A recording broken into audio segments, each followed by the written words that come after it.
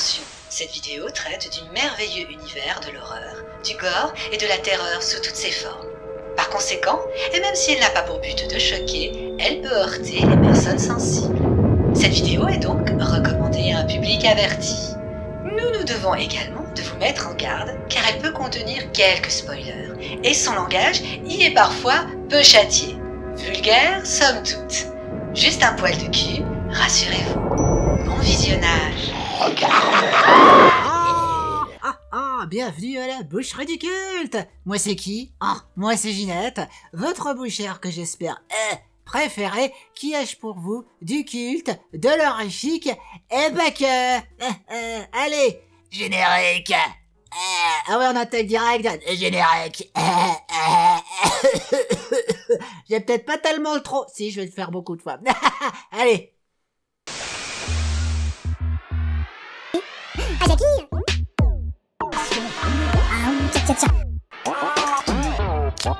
Oui, les gouttes pour vos yeux, non?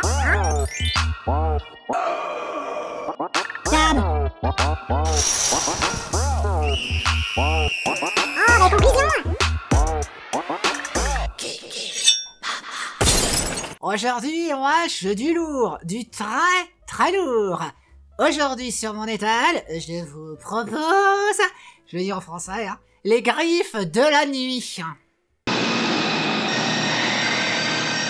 Sacré morceau, Ginette, me direz-vous. Et vous aurez raison. Oui, alors du coup, je vais devoir un petit peu me concentrer que sur le premier, hein, vraiment. Parce que c'est une sacrée franchise, hein, quand même. Il y aura une partie spoiler, petite. Il y aura. N'empêche, c'est un petit peu difficile de pas spoiler à minimum. Bah oui, hein, vu la simplicité du film. Je vais être un petit peu obligé de spoiler quand même. Enfin, juste un poil de biquette. Bah bien le bonjour l'équipe technique. Ça va bien? La forme? Quoi? Ouais, il est joli mon tablier. Ouais, c'est un officiel. Hein. J'ai voulu revenir un petit peu à la Ginette des origines. Voilà, alors je sais bien que la chaîne ça fait pas un an qu'elle existe, mais quand même. Voilà, faire un peu classique Ginette, on l'avait un peu perdu de vue, mais pour un film classique Ginette. En revanche, j'avais prévu de faire un un cosplay complet, hein, de Fred Krueger. Si, c'est son nom avant de cramer, Fred. Allez. Comment ça, je dis vulgache? Non mais t'as vu la tronche de la pizza qui a trop traîné au four? Je dis vulgache, on devine un poil quand même. Le type il fait cramer au 5e degré. Quoi, y en a que 3. Chut. Je disais donc, j'avais prévu tout le costume. J'avais même le chapeau. Ouais, qui fait un peu Madame de Fontenay. Oh non, tu connais pas? Tant mieux. Mais un peu Indiana Jones. Voilà. Du coup, j'ai bien fait de pas trop l'endommager, et comme ça, il pourra servir éventuellement. Mais j'avais aussi prévu le magnifique pull, ultra sexy avec des trous de partout, et qui me va formidablement bien. Mais le truc vous fait vraiment vivre l'expérience de Freddy à fond, c'est tellement chaud ce truc. Non mais même avec les énormes trous, je suis sûr que tu survis à -15 en portant que ça. Et ça gratte. Mais qu'est-ce que ça gratte? Alors c'est pseudo-laine, mais c'est surtout du plastique. Ça, c'est vraiment c'est vraiment Freddy qui te fait des guillis. C'est ça c'est poubelle. Tant pis, parce que ça faisait bien Noël. Bah oui, c'est bientôt les fêtes. Tu dis c'est dommage. D'ailleurs, j'ai jamais compris pourquoi ça faisait tellement fête en fait. Ben oui, c'est bientôt les fêtes, je me suis dit, quoi de mieux qu'un monstre sanguinaire qui vient tuer les enfants dans leurs cauchemars. Et puis habillé en rouge et en vert. Moi, je trouve que ça fait Noël. Bah c'est marrant, parce qu'on dit que les lignes verticales... Quoi, horizontales, c'est pareil. On dit que les lignes horizontales, ça grossit. Bah non, j'ai l'impression que ça m'affine la taille. Non. Bon, j'ai peut-être un peu trop serré le tablier. Est-ce qu'elle est là, la petite... zut. Alors, on va tenter, Est-ce qu'elle est là, la petite voix? Bah non, en fait, c'est assez simple, Ça va bien, je vais peut-être essayer de pas me le foutre dans la gueule. Le film, d'une durée de 85 minutes dans sa version longue story, est du genre horrorcore, humour noir et décalé, voire de très mauvais goût, selon certaines critiques de l'époque s'entend. C'est le premier long métrage. Ouais, bon, du coup, je vais peut-être directement mettre le haut-parleur. Je garantis rien. Attention. Là. Et bon. Oh, dis donc. Ah, une petite parenthèse. Je suis parfaitement consciente de n'être que la 300e vidéo qui parle de ce film que vous pouvez trouver et que tous les autres font exactement la même chose que moi, c'est-à-dire IMDb et puis Wikipédia. Ah, j'en suis parfaitement consciente, mais ça va pas m'empêcher de le faire et de faire exactement la même chose que les autres. Bah non. Oh, la petite voix, tu pourrais nous faire la présentation du boudin, puis la genèse du truc, et puis aussi fourre le réalisateur éventuellement dedans un peu. Ah, comme tu sais si bien le faire. Bonjour ou bonsoir. Aujourd'hui, on hache Les Griffes de la Nuit, A Nightmare on Elm Street. C'est un film d'horreur américain, écrit et réalisé par Wes Craven, sorti en 1984. Wes Craven s'est basé d'une série d'articles parus dans le Los Angeles Times vers la fin des années 70. Les articles, souvent très courts, parlaient de certains réfugiés Hmong ayant fui aux États-Unis après qu'ils furent déclarés en 1975 des ennemis de l'État laotien et furent victimes d'un génocide. Oh, fascinant et un peu triste. Par contre, faudrait faire un tout petit peu plus court. C'est pas possible, sinon on est encore là demain. Certains sont morts en raison, pense-t-on, d'un refus de dormir, par peur de terribles cauchemars.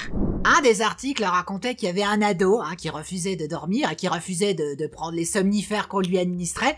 Il planquait une machine à café dans un tiroir de sa chambre.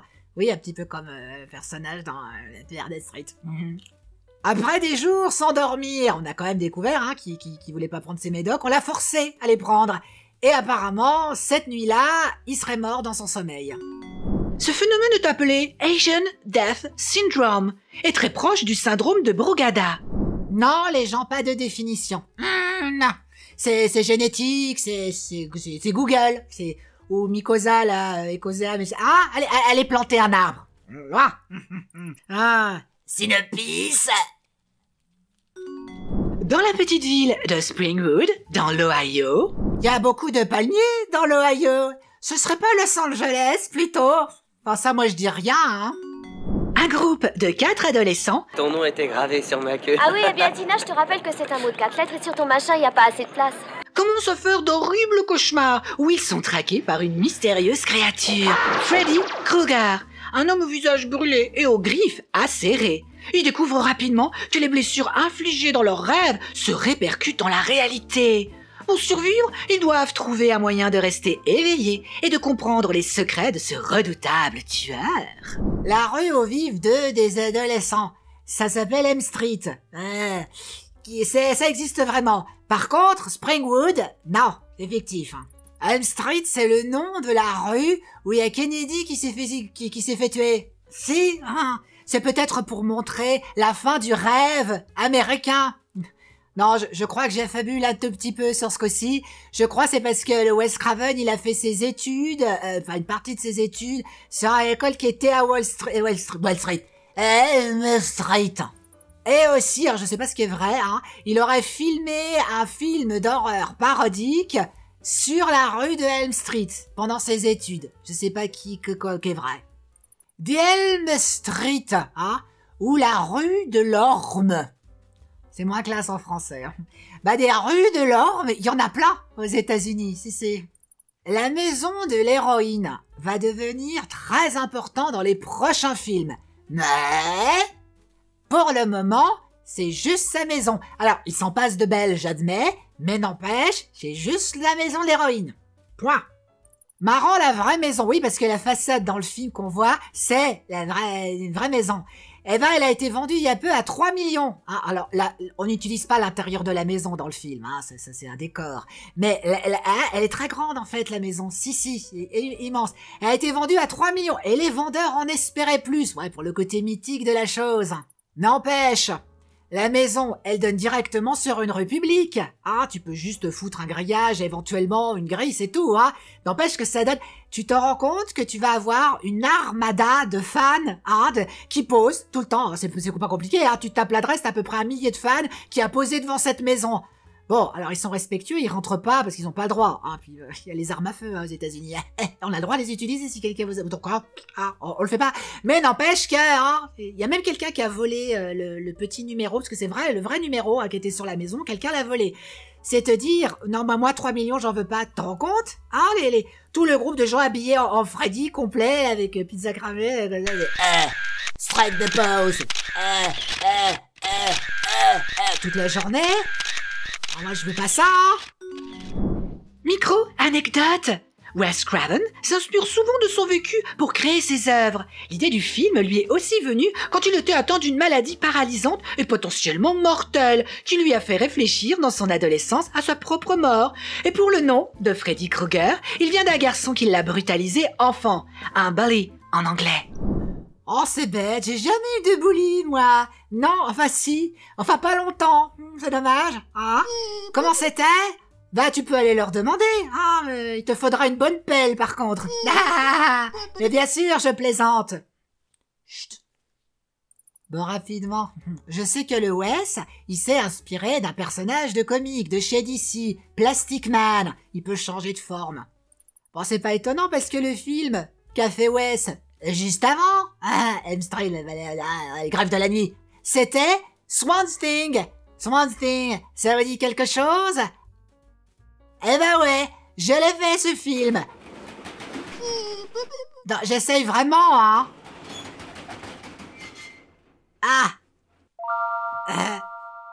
Le chapeau et le côté crade, eh ben ça vient d'un clochard qui avait marqué Wes Craven quand il avait 10 ans.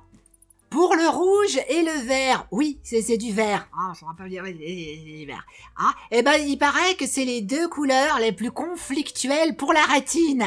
Je comprends rien du tout, mais c'est dire. Wes Craven écrit le scénario en 1981, juste après avoir réalisé La créature du marais. Pendant plus de 3 ans, il essaye de vendre l'idée à plusieurs studios. Hélas, il n'y parvient pas. Walt Disney Pictures va être intéressé. Non mais, vous vous rendez compte? Hyper lénifié. C'est pas comme ça qu'on dit. C'est édulcoré. Voilà, hyper édulcoré. Pour les gosses et pour les jeunes ados. Heureusement que l'OS il a dit non merci, hein. Oh, j'imagine même pas le truc. La Paramount dit non également, car elle a déjà un film qui ressemble bien trop aux Griffes de la Nuit. Dreamscape, qui sortira en 84. Vous connaissez, vous, ce film? Non, c'est normal. Ah, il a floppé. Mais par contre, c'est étonnant de voir le nombre de points communs. Surtout une scène qu'ils ont bien mis dans la bande-annonce. When you close your eyes. On se demande qui imite qui, là. Wes Craven va enfin trouver une société indépendante qui va être intéressée par le projet. Mais cette société n'était alors qu'une toute petite société naissante qui distribuait des films. New Line Cinema, qui était au bord de la faillite à ce moment-là. Aujourd'hui, on la nomme la maison que Freddy a construite. Oh, tu divulgaches. Elle va devoir emprunter et s'associer, faire toute une série de micmacs pour trouver les 1,1 million que vont coûter le film. Enfin, ça fait quoi? Ça fait 3 millions avec l'inflation. Le film s'est presque terminé avant de commencer. Au départ, Smart Egg Production devait donner $1 million, mais s'est retiré, et ce que quelques jours avant le début du tournage. Robert Shane, le fondateur de New Line, qui avait investi une grande partie de son propre argent, a dû trouver les fonds ailleurs. 2 semaines après le début du tournage, plus un rond, plus pépette, rien, que dalle, hein. Donc les gens, ils ont dû bosser pendant 1 semaine gratos. Enfin, si vous voulez bien, hein. Le producteur délégué John H. Burroughs, eh ben, il a dû payer avec sa carte de crédit, enfin ceux qui étaient restés sur le tournage. Robert Shane a négocié à contre-cœur un accord avec Media Home Entertainment. Et grâce à cela, il a pu convaincre Smart Egg de verser les derniers $200 000 pour finir le film. On a assez causé de la genèse du truc. Alors le cast, on va faire un film par acteur ou actrice. comment on choisit ce film? C'est parce que Ginette, la présente, elle a vu, elle a bien aimé. Enfin, c'est un film sympa, c'est mes suggestions. En faites ce que vous voulez. Accrochez-vous bien parce qu'il y a du monde. Hein. Heureusement qu'on fait qu'un film parce qu'il y en a certains, ils ont des sacrées carrières. Amanda Wise, Gagner ou mourir, Better Off Dead, 1985. Lynn Shane fait une apparition dans ce film. Elle est une grande habituée des petits rôles dans nombre de films de New Line. C'est la sœur des fondateurs de la compagnie. Forcément, ça aide un petit peu. Robert Englund, le Freddy. Oh là là, immense carrière, que dire. Alors, j'aimerais bien dire V, mais comme c'est une série, non. Alors on va dire Danse macabre en 92. Oh! Someone loves to dance macabre. The Petersburg. Oh, c'est pas bon. Oh, mais c'est fabuleux. Enfin, selon moi. Oh, puis Robert Englund, il fait deux rôles. Si, et puis allez, c'est une femme. Ah, c'est très très spécial. C'est flippant, c'est terrifiant, c'est vraiment, c'est... Je vais te tuer, ça. Oui, alors ça a du sens dans le film, si on l'a vu. Which of you wants to be great dancer? À la base, le Freddy devait avoir dans les 70 ans. Mais la plupart des acteurs qui ont auditionné, ils avaient pas l'énergie. Alors c'est pas juste un peu dû à leur âge, mais c'est aussi une question d'interprétation. Ils avaient pas le petit truc qu'ils voulaient Wes. Hein. Alors bon, le Robert Englund, vas-y, tente le coup. Et là, même s'il était très jeune... Oui, Robert Englund était un acteur confirmé et très professionnel avant tout. Il a beaucoup travaillé la posture et l'attitude de Freddy, en s'inspirant de Claude Kinski dans Nosferatu, fantôme de la nuit, sorti en 1979. Et dire que pour la suite des Griffes de la nuit, le numéro 2, ils se sont dit « Oh, on n'a pas besoin de lui, on peut s'en passer, n'importe qui peut être sous le maquillage. » Dès qu'ils ont commencé à voir les rushs, j'étais sûr qu'ils ont vite appelé Englund et puis ils ont dit oui, ton cachet on s'en fout, vas-y, viens vite, hein. Heather Langenkamp, Freddy sort de la nuit, Wes Craven New Nightmare, en 1994. Elle a auditionné avec plus de 200 actrices dont Demi Moore et Courtney Cox. Wes Craven va se souvenir de cette dernière pour son autre grand film d'horreur, Scream, en 1996. Ben oui, ça aide toujours un petit peu. Oh, salut mon gars, mais oui, tu sais, j'ai auditionné pour le rôle principal il y a un petit paquet de temps déjà. Bon, c'est sûr que Friends, ça a dû un tout petit peu l'aider aussi. Hein. Johnny Depp. Alors sérieusement, je dois le dire. Bon. Oui, c'est devenu une immense star. Bon, j'y reviendrai dans la partie spoiler de son rôle. Alors on va dire quoi comme film? Pirates des Caraïbes. Le premier seulement, hein, en 2003. Joe Garcia était crédité à l'époque en tant que Nick Corey, Predator 2, 1990. Alors pourquoi le changement de nom? Il était latino, puis quand t'étais latino, t'avais pas un rôle à l'époque. Donc on l'a renommé Italiano. Et là ça a marché. Ah oui, il se droguait énormément à l'époque, et il regrette que lors d'une scène où il joue particulièrement bien le côté désespéré, en fait c'est plutôt son côté shooté qui apparaît et pas sa qualité de jeu. Ronnie Blakely, Nashville, 1975. Oh la mère, je l'aime beaucoup, hein? Ouais, la mère du remake aussi, elle a joué dans une série Nashville. Rien à voir, j'avais envie de le dire quand même. Hein. Mais j'adore la mère, dans l'original, j'adore comme elle fume sa clope. Elle a une façon de fumer inoubliable. Elle fume et elle surfume et ultra fume dans le film. Hein. Ah.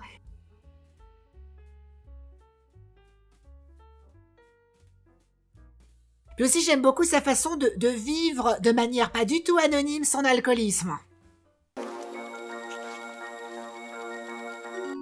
John Saxon a eu une très grosse carrière. Il a joué dans plus de 200 films.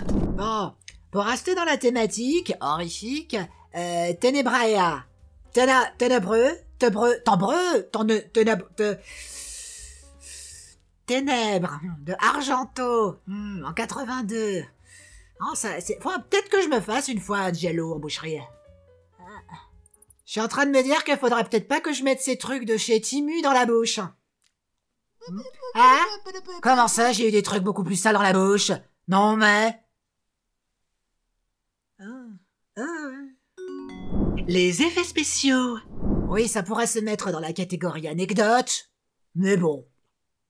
3 heures et 11 pièces de maquillage.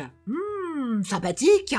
Et en plus, il pouvait pas le retirer en cours de journée, même pas un petit bout. Hein. Donc je vous raconte pas la cantine du tournage. Ça devait être sympa de manger avec ça en face. Bon appétit.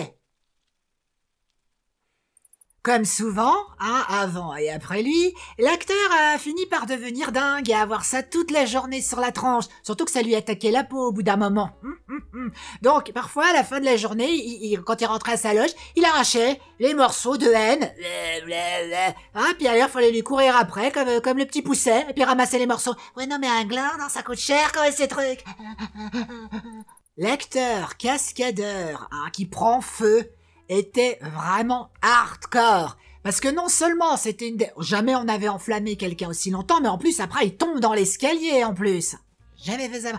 Mais il était tellement confiant, il avait tellement l'habitude qu'il a dit non, c'est bon, je le fais. Non mais t'es sûr, c'est peut-être un petit peu dangereux. Oh non, je le fais, y a pas de problème. Anthony Césaré, que ça s'arrêtait. Je pense qu'on va l'écrire en bas. Il a joué dans énormément de très très grands films. On va choisir quoi? Elvira. Quoi? C'est la base. Quand ils ont filmé la scène avec Nancy qui se bat avec Freddy, l'actrice devait toujours demander avant la scène si c'était les vrais ou les fakes en plastique, les griffes. Si, parce que des fois ils se trompaient, mais si. C'était une autre époque. L'insecte là, il était venimeux, et ils l'ont perdu. Je savais déjà même pas que c'était venimeux, ces trucs. Et ils l'ont paumé. Tu penses bien qu'il y avait plus personne qui voulait aller sur le tournage après, moi, ce que j'aurais eu surtout peur, c'est de l'écraser. La jolie petite bébête, le poutou. Même si le film a un micro-budget, il fallait un élément qui apporte au film un peu de spectaculaire. Et le concepteur des effets spéciaux mécaniques, Jim Doyle, a pensé à une pièce rotative. Le caméraman était attaché à un siège d'avion, et la pièce était fermée, et tous les objets solidement attachés. Bon, l'actrice qui joue dans cette scène, elle a une crise de panique. Ouais, elle était complètement désorientée. Alors il y a Wes, le réalisateur, qui a dû intervenir. Elle lui dit ressaisis-toi, ma gourde, vas-y, ça c'est le haut, ça c'est le bas. Tu la vois? Ça c'est la tête, ça c'est le cucu, ça c'est la tête, ça c'est le cucu. Ça va aller? T'en veux une encore? Non? C'est bon. Je me vois tellement en réalisatrice. Et la pièce, elle tourne pas avec un bouton. Non, c'était trop simple. C'est du manuel. Donc, il y a plusieurs techniciens là-dessous qui sont en train de tourner le bidule. Est-ce que vous me voyez venir? Quand ils ont tourné la seconde scène où ils utilisent cette scène avec la petite scène avec un petit peu de sang, là, les quelques gouttes. Plus de 1900 litres. Et à votre avis, ils ont fini où, ces petits litrons? Oui, sur les techniciens. C'est pas fini. Le sang, en tellement grande quantité, c'est du liquide, oui. Et qu'est-ce qui s'est passé quand c'est passé par les câbles et toutes les lumières et l'électricité? Oui, et ils se sont fait électrocuter. Bon là, encore heureux que ça a juste fait sauter les plombs et puis que le liquide était très épars, parce que sinon, non, il n'y a pas eu de blessés. Parce que je pense qu'à mon avis, il y aurait eu un mort. Le Wes Craven, il aurait pas osé faire Shocker. Quelques années après. L'on peut revoir la pièce dans le mémorable Breaking 2 Electric Bungalow en 1984. La scène où Freddy se faufile à travers le mur. En fait, ça a été filmé avec un trou dans le mur, et puis ils ont étiré une plaque de spandex, comme ça. Freddy est joué dans cette scène par le concepteur d'effets spéciaux Jim Doyle. Fascinant! La musique. Charles Bernstein, qui a composé les thèmes plus d'une centaine de films, va nous composer une musique parfaite. Il a eu l'idée d'ajouter des notes qui font tâche dans la thématique. And another note that doesn't belong. Comme si, c'est joli, c'est le rêve, et ting, une note qui a rien à voir, comme pour signifier l'arrivée de Freddy dans le rêve et dans la partition. Pour du fait maison, petit budget, moi je vous dis c'est très bien fait. Faut dire que le Carpenter, en faisant lui-même la musique de ses films, il a mis la barre très haut niveau horreur.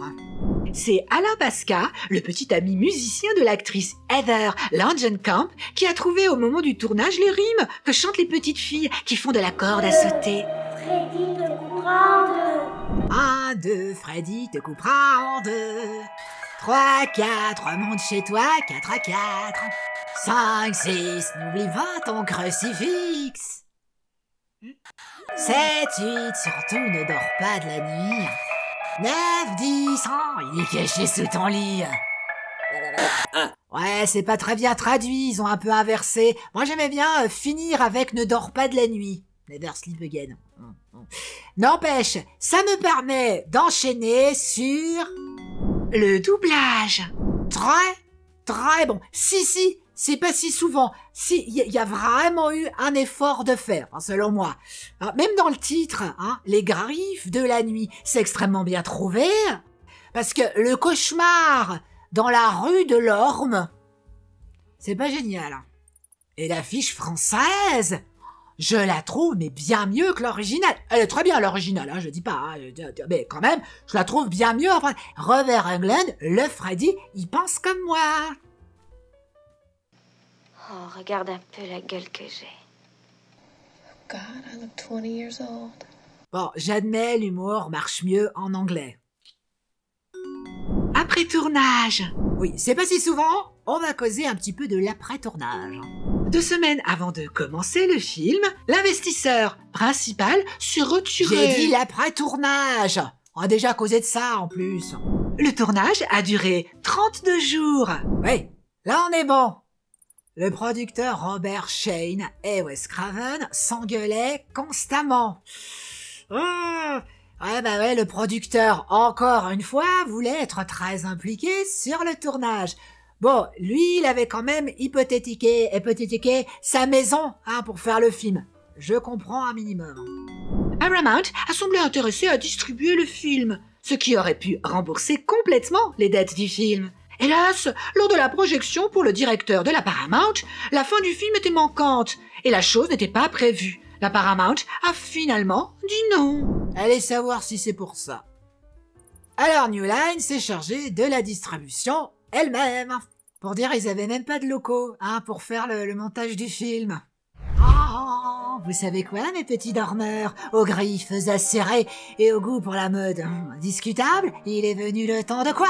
Il est venu le temps de quoi? De cul de con de quoi? Il est venu le temps des 6 anecdotes pour brailler dans les dîners imaginaires avec Freddy. Numéro 1. Clin d'œil. Pas de flashback, ça va déjà être une vidéo assez longue comme ça. Mais vous vous en souvenez, dans Evil Dead 2, il y avait les gants. En plus, il paraît que c'était les vrais, en plus. Qui étaient apparus. Le film de Sam Raimi. C'était un clin d'œil à Wes Craven. Dans le premier Evil Dead, il y avait aussi l'affiche de même Wes Craven. C'était une affiche oubliée à la cave, poussiéreuse, déchirée. Oh, le vieux truc au vieux regard. Qu'est-ce qu'ils vont faire dans la même thread, ils vont faire une scène où Nancy, elle regarde Evil Dead et elle s'emmerde. Elle peut pas s'empêcher de s'endormir alors qu'elle devrait surtout pas, elle le sait, mais elle peut pas s'empêcher tellement le film il est chiant. Je veux dire, des gamins, ces réalisateurs. Numéro 2. Après Vendredi. Wes Craven avait aidé Sean S. Cunningham en travaillant sur quelques plans de Vendredi 13 en 1980. À son tour, Cunningham a réalisé quelques plans vers la fin de la production des Griffes de la Nuit, alors que plusieurs unités travaillaient en même temps. Et on commence à comprendre d'où a germé l'idée de faire se croiser Freddy et Jason. Enfin Frédéric et Jackie. Oui, ça vient un petit peu de là. Le Sean Cunningham, il avait dit non pour produire le film également. Ça, il a peut-être dû le regretter après coup. Numéro 3. Toxique. Toutes les images de la chaufferie du film ont été tournées dans le sous-sol de la prison de Lincoln Heights, à Los Angeles, qui a été condamnée peu de temps après la fin de la production, en raison du niveau très élevé d'amiante. Numéro 4. T'en vas la cruche. c'est la fille de Wes Craven qui n'avait pas compris pourquoi dans le film Swamp Thing, Adrienne Barbeau tombe sans raison qui a fait germer le personnage de Nancy. C'est aussi elle qui, pendant le casting, donnait la réplique à Johnny Depp, qui l'a vu puis qui a insisté pour la voir. Ah, il est trop beau. Ah. Attention, attention, il va y avoir spoiler tout bientôt. Je vous laisse 2-3 secondes pour... Oui, avec le bandeau et tout, donc c'est pas compliqué, il suffit simplement d'avancer la vidéo si vous voulez pas voir où il n'y a plus le bandeau. Est-ce que c'est bon? C'est spoiler! Les deux seules choses que je n'aime pas dans ce film, eh ben elles devaient pas y être à la base, enfin pas de cette façon. Numéro 5, futur star. Ce qui me dérange, c'est que Johnny Depp est devenu une immense star, et ça cache grandement le fait que son personnage, je dis bien son personnage, pas son jeu, son personnage est pas intéressant, inutile, limite énervant. À la base, le personnage devait être musclé, vous savez, le cliché du sportif américain. Là, je le trouve juste idiot, et je comprends très bien pourquoi Nancy est extrêmement agacée par son comportement. Et monsieur s'endort, salaud! Et qu'elle ne pleure pas 10 ans sa mort. Voilà, autre chose à faire, certes, mais quand même. Leur relation, je trouve qu'elle ne fonctionne pas. Pour moi, bien sûr. Je trouve l'autre couple bien plus intéressant et l'autre personnage masculin bien plus sympa. Vous saviez qu'ils avaient filmé une scène où il est censé sortir du lit, justement. Il sort comme ça, mort, et après il s'écroule. Bah oui, c'est logique, la rivière de sang, la machin, c'est le cauchemar. En vrai, c'est pas ça. C'est pas possible. Hein. Je veux dire, le corps humain, ça contient que 5 litres de sang. Comment je le sais? Chez Bouchard. Nancy, elle est un petit peu fade au début, je trouve. Alors de lui donner un personnage qui est un peu identique à elle, ça rend vraiment le truc très très mou au début. Et c'est pas, je suis vraiment très contente quand il crève, même si je trouve qu'il crève bien trop tard. Peut-être préféré avant. De nouveau, je parle seulement du personnage. Oui, c'est le premier movie de Johnny Depp. De toute façon, je pense qu'il aurait percé d'une manière ou d'une autre. Ça me paraît évident. Et Nancy, son personnage, il y a une évolution, on s'attache à elle. Lui, bah. Numéro 6, fin, caca. Navré, je vais un peu diverger. Alors, un personnage un peu fade, on s'y fait. Surtout qu'il y a le personnage de Nancy, que j'aime, mais d'amour. Ah, j'adore le fait qu'elle ne change pas de personnalité, et quand même, elle arrive à botter les fesses de Freddy. Elle agit, elle utilise son cerveau. Et à quelque part, on sent qu'elle va s'en remettre de tout ça.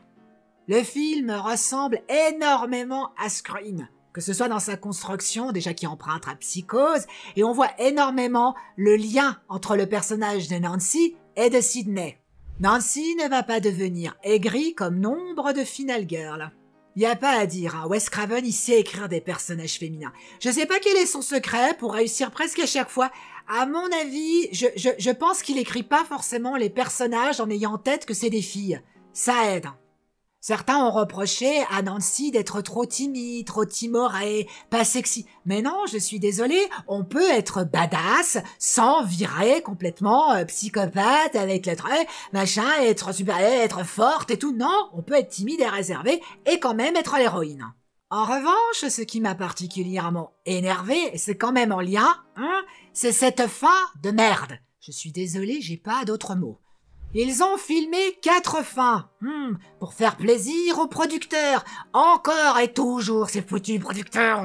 Bon, comme celui-là a hypothétiqué sa maison pour sortir le film, je pardonne. Un peu. J'arrive pas à le faire. Un peu. Oui, le producteur voulait une fin ouverte, comme on dit, pour une éventuelle suite. Bon, admettons. Je trouve ça un petit peu idiot, mais bon, passons. Non, ce qui me dérange vraiment, c'est pourquoi cette fin n'a aucun sens. On est censé être dans le rêve de qui? Nancy ne fait que rêver. Alors on est passé dans le rêve de la mère? Ou alors est-ce qu'il peut agir sur la réalité? Ça n'a aucun sens, peu importe, c'est pas logique en fait ce qu'on voit. Non. Je vous rappelle juste un tout petit peu la fin. Nous avons Nancy qui dit à Freddy « Tu n'as pas de pouvoir sur moi. Tu te fous de moi. Je te reprends toute l'énergie que je t'ai donnée. » Qui ouvre une porte Et là, il y a sa maman dans un univers un petit peu blanc, hein, qui dit « Oh là là, ça va bien et tout ». Là, il y a la voiture, une voiture qui arrive avec son copain et ses 2 potes. Et elle monte dans la voiture. Et là, apparemment, c'est la voiture de Freddy avec le truc et tout. Et là, elle regarde sa mère qui les salue de se doutant de rien. Et là, elle est aspirée dans la... Elle est aspirée dans la porte. Enfin, dans la porte, la petite fenêtre, la porte. Ah Pourquoi Freddy fait semblant d'être mort? Alors, ça n'a aucun sens. On en cause de la mère qui passe par la fenêtre, ou pas? Dans un film qui réussit quand même sacrément bien tous ses effets, son ambiance, cette scène, elle fait tâche. Vraiment, c'est le réalisateur forcé qui filme cette horreur. Et dire que même le remake, ils vont se louper avec cette fin. Bon, au moins ils avaient l'excuse, là, le réalisateur voulait pas de cette fin, c'est une fin un peu ridicule, on est censé se trouver dans un rêve, donc admettons, mais là, dans le remake, ça passe vraiment, je peux pas vous montrer, c'est trop gore, hein, mais il passe la main à travers la tête de la mère, il l'emporte dans le miroir, c'est ridicule, c'est un des pires CGI, pourtant à l'époque, hein, on n'est pas en 90, niveau CGI, hein, je comprends pas. Si on choisit l'option Carrie et Vendredi 13, il y a aussi des rêves à la fin, fallait jusqu'au bout. Il faut montrer le personnage se réveiller. Pour moi, c'est vite vu. Wes Craven, il voulait une fin heureuse à son film, il l'a écrite, il l'a plus ou moins filmée, et c'est ça, pour moi, la fin. Si au moins le numéro 2, il avait exploré cette idée, faire une espèce de suite, ou moins raconter un petit peu. Mais non, rien, il part dans une totale autre direction. À quoi ça sert, cette fin? Non, il fallait garder cette idée que, Nancy, elle arrive à tuer, plus ou moins, à vaincre, ou moins Freddy, dans ses rêves, elle sort, c'est la fin du cauchemar, et elle retrouve, elle voit que c'était tout un rêve, toute cette histoire, et elle retrouve ses amis, on a une fin heureuse et sympathique, et au moment où la voiture, elle part, on a quand même les trois gamines, là, qui jouent à la corde à sauter, qui font la cantine de Freddy. Tu vois, ça figure déjà la suite, éventuellement, on peut reprendre de là. Voilà, Freddy va aller tuer d'autres personnages. C'est ça qu'il fallait garder. Je peux parfaitement réécrire des histoires. Si. C'est-à-dire que je remplace votre réalité et je la remplace par la mienne. Complètement. Donc, Wes Craven voulait une fin heureuse. Pour moi, c'est plus logique, ça a plus de sens. La fin est heureuse. Et voilà. C'était qu'un rêve, et puis la Nancy, elle se réveille, et puis tout est redevenu comme avant. C'était juste un cauchemar qu'elle a fait, mais tout le monde est vivant. C'est très bien. Voilà. Fin du bandeau spoiler. Et fin du bandeau anecdote. Les versions.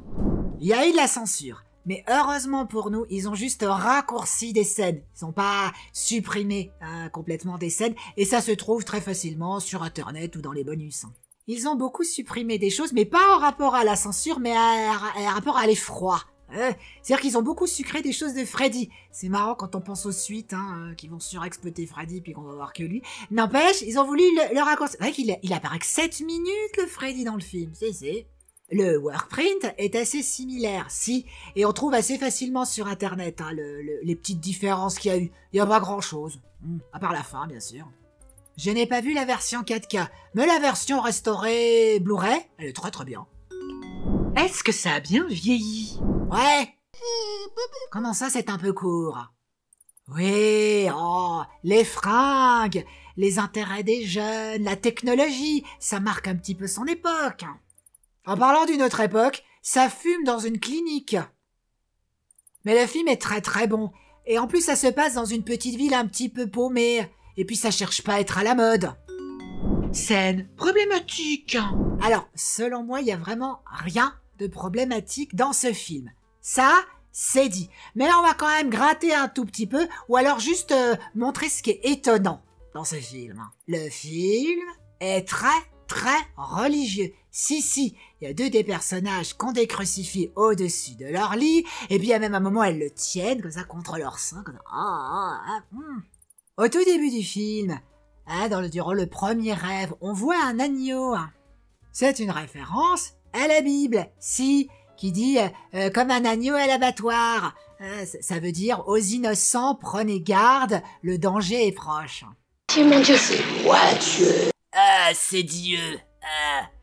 Cette ligne, elle a été improvisée par l'acteur. Il y a aussi le crucifix de la cantine, il y a aussi le cimetière, il y a le discours du prêtre. Forcément, Freddy, c'est un démon à la base. Normalement, on parlait beaucoup plus de sexe à la base dans le film, mais heureusement, ils ont un peu, voire carrément tout supprimé, ça. C'est tant mieux, vraiment. Peu avant le tournage, des événements d'agression sexuelle sur enfants ont défrayé la chronique aux États-Unis. Cet aspect a été modifié dans le film. Oui, dans cette version, Freddy a juste tué des enfants. Rien de plus. Et si jamais l'équipe technique, elle ose me parler du remake qui a changé ça, je lui vomis dessus.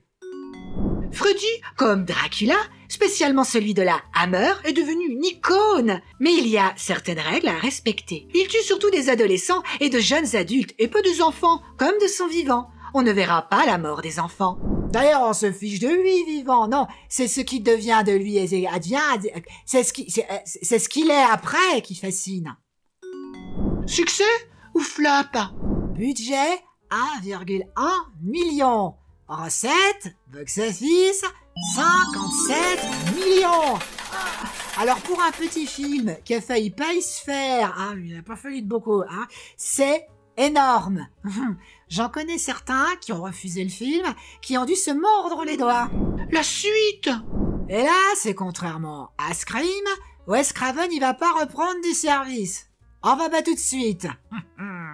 Oui, il a réalisé les 4 premiers Scream. Et il va réaliser aussi le 7e, hein, Freddy, mais ça se passe pas dans la même continuité que les autres films avant. Il va y avoir 6 films qui vont se suivre et qui vont poursuivre l'histoire du premier. Un autre hors continuité, Freddy sort de la nuit, en 94. Le fameux Freddy contre Jason en 2003 va être le dernier film avec Robert Englund qui interprète Freddy. Et le remake en 2010, hein, qui est le film qui a le mieux marché de la franchise. 117 millions. Moi, ça me colle, on n'a pas dû voir le même film. Mais j'en parlerai une autre fois. Il y a des remakes que je tolère. Mais celui-là, non. Il y a des choses à en dire. En plus, j'en ai 2. Donc vous êtes sûr que je vais en parler un jour de ce film. Oui, j'ai fait une petite erreur dans mes commandes. Ah, qu'est-ce que tu dis, l'équipe technique? Oui, je sais bien que tu l'as bien aimé, le remake. N'empêche, moi j'ai pas compris ce film. Je dis, ça commence bien, plus ou moins, mais très très vite. Moindre effort, hein. Rien. Vide absolu, l'ennui complet. Surtout l'ennui, c'est ça le pire. Puis y a rien de plus en fait que l'autre. C'est les mêmes scènes encore, et c'est... Non, je peux pas, non. À qui conseiller le film? Bon, il paraît que c'est un des films les plus terrifiants de tous les temps. Ah bon? Est-ce que Ginette, là, a eu peur? Eh ben non, Ginette, elle a pas eu une peur, rien, pas une seule seconde. Alors, est-ce que je suis immunisée ou est-ce que je connais trop bien ce film? Peut-être. Je n'arrive pas à prendre la menace de Freddy au sérieux. Non, ça fait trop conte de fées, trop histoire à dormir debout. À dormir debout. Oh, petite voix, tu pourrais nous parler de la suspension du crédit avec consentement, s'il te plaît? Pardon? Oh, la suspension de crédibilité? Ah, la suspension consentie de l'incrédulité. Oui.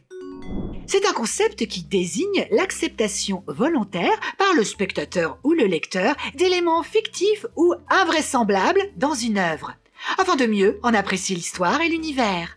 Lorsqu'on parle de suspension consentie de l'incrédulité, cela signifie que l'audience choisit consciemment de suspendre son jugement critique sur ce qui est réaliste ou logique pour se laisser emporter par la narration.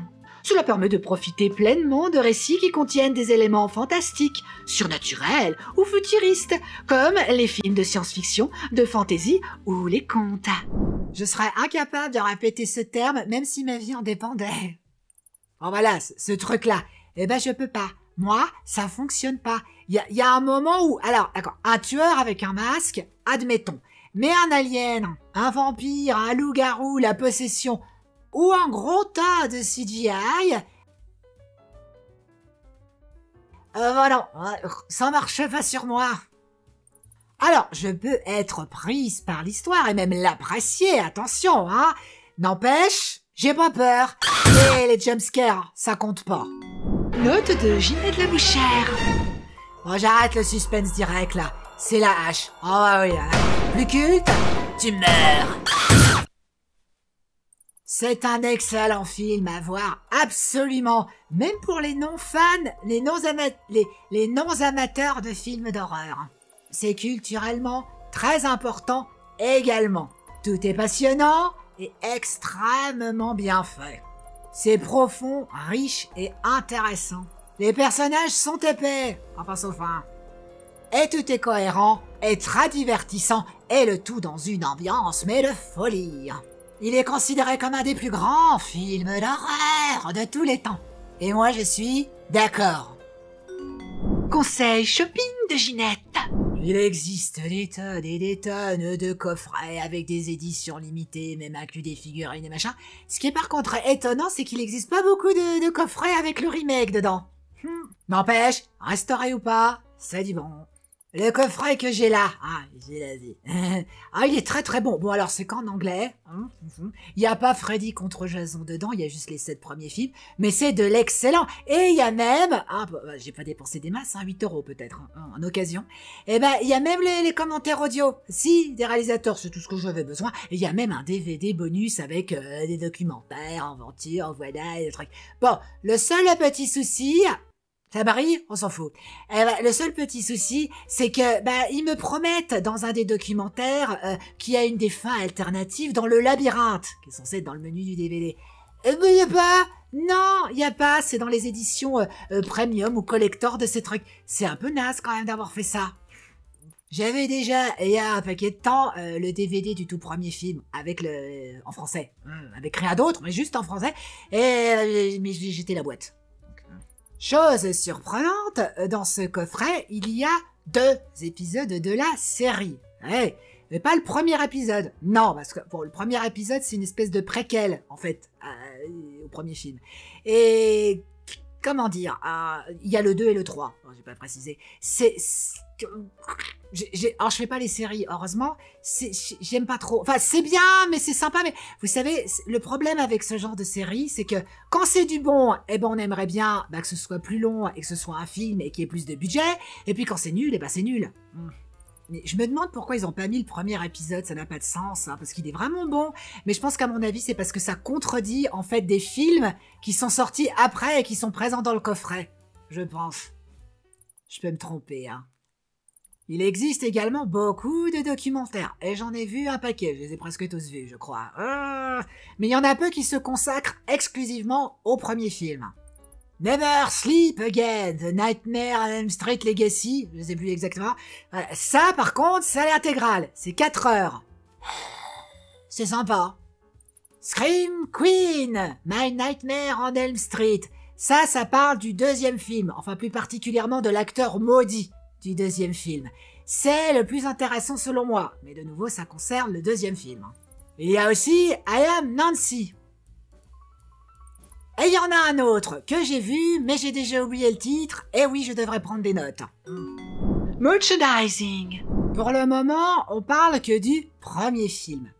Mais n'empêche qu'il esquisse ce qui va devenir la Freddy Mania. Ouais, c'est comme ça qu'on va l'appeler. Et ça va pas se ressentir uniquement dans les entrées cinéma. Non, ça va aussi être énormément de merchandising.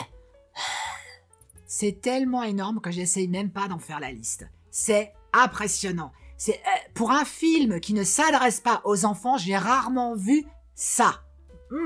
Freddy va devenir une icône. Figurines, CD, édition collector, jouets, puzzles, t-shirts, costumes, bien sûr.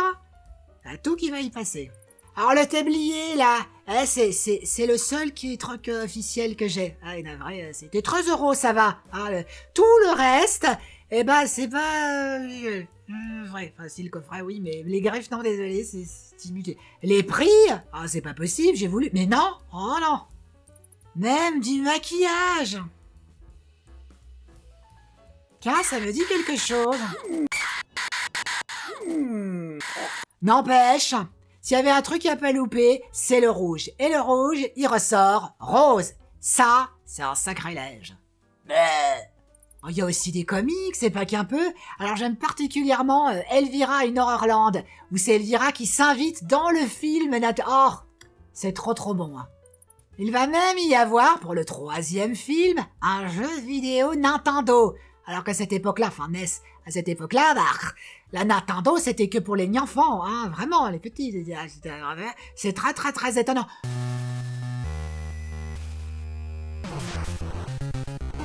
Bon, remarquez, le truc est distribué par LGN.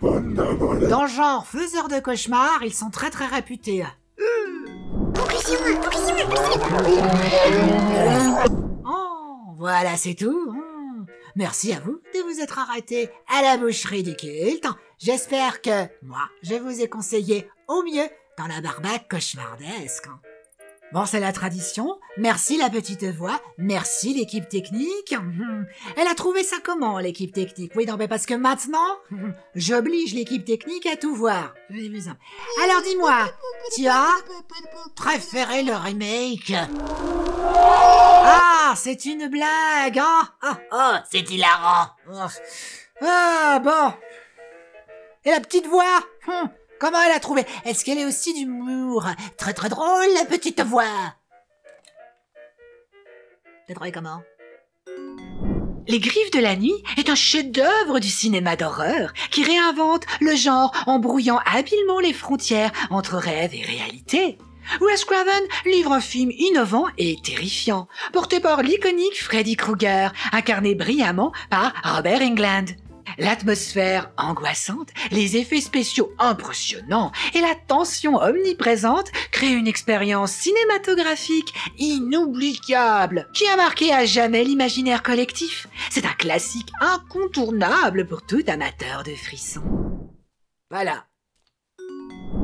Abonnez-vous s'il vous plaît et n'hésitez pas à dire si vous avez vu et apprécié ce film, ses suites et pourquoi pas le remake. Pour soutenir la chaîne qui en a grandement besoin, vous pouvez faire un don directement dans YouTube ou alors sur Patreon. Vous pouvez offrir un café, un DVD et même devenir le patron ou la patronne le temps d'une émission. Il y a aussi des photos dédicacées. À bientôt, j'espère. Elle a tout dit. Alors à bientôt pour un film plus petit. Allez, bye.